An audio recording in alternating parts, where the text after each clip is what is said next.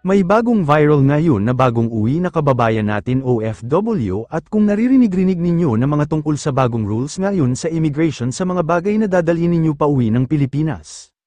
Na di dapat hihigit sa 10,000 pesos ang halaga ng mga gamit na nabili. Dahil kapag lumampas na ito ay kailangan ng i-declare ang mga bagay na dala nyo pag uwi sa Pilipinas. At sakali man na hindi kayo nakagawa ng e-travel declaration sa online, pwede naman po kayo maghingi ng form pagdating ninyo sa Pilipinas para ma-declare ninyo ang mga dala ninyo, lalo na kung may mamahalin kayong dala. Gaya nga dito kay kabayan na na-hold siya dahil sa iPhone 12 Pro Max dahil sabi ng custom ay nasa 100k daw ang halaga nito. Panoorin natin ang detalye.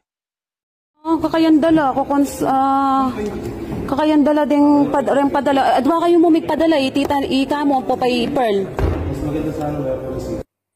Pearl, sinasabat yung yung padala mo. Naman sinasabat ka? Anong tawag dito? No-hold lang kayo. Ino-hold yung mo. Iyan lang naman, ayan, Ano po, kasi, kumbaga, pero akong nito, pinautang ko lang ngayon para ipadala na sa pinautang ko lang. parang tinik mo na yung responsive. Ako sinali kanini, credit card. O, ini magkano yung yan kanina? 400 dirham yan ini.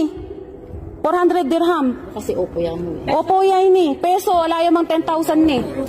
Wala yung 10,000 yan. Tita, pakisend ka ko yung resibo.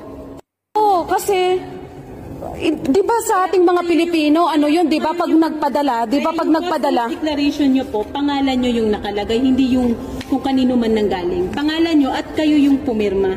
Ayan. Oo, so anong ibig mo sabihin yan? Nakalagay dyan. So nanong buriyo ko na nyo rempi pagpagalan me ko na nyo la? Ko, magobra kaming masalese, kibat mo kanyan? Nakabidyo si ma'am. Nakabidyo si ma'am. Naka-live ako. Ma'am, bawal po yun ma'am. Ay, hindi bawal. Anong masasabi nyo dito sa nangyari sa kababayan natin? Samantala naiuwi naman ni kabayan ang kanyang cellphone, ngunit maraming hassle ang nangyari.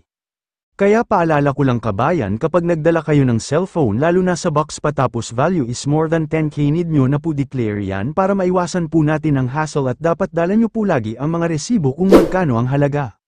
Isa na dito, kung may dala kayong ginto, na hihigit na sa 10,000 ang halaga, need nyo na po gumawa ng e-travel declaration online, doon ninyo makikita sa baba matapos ninyo gumawa ng e-travel kapag pauwi ng Pilipinas. Meron po akong video kung paano gumawa ng e-travel at e-travel declaration online kung paano. At kung di pa kayo nakasubscribe, please consider to subscribe. Maraming salamat po.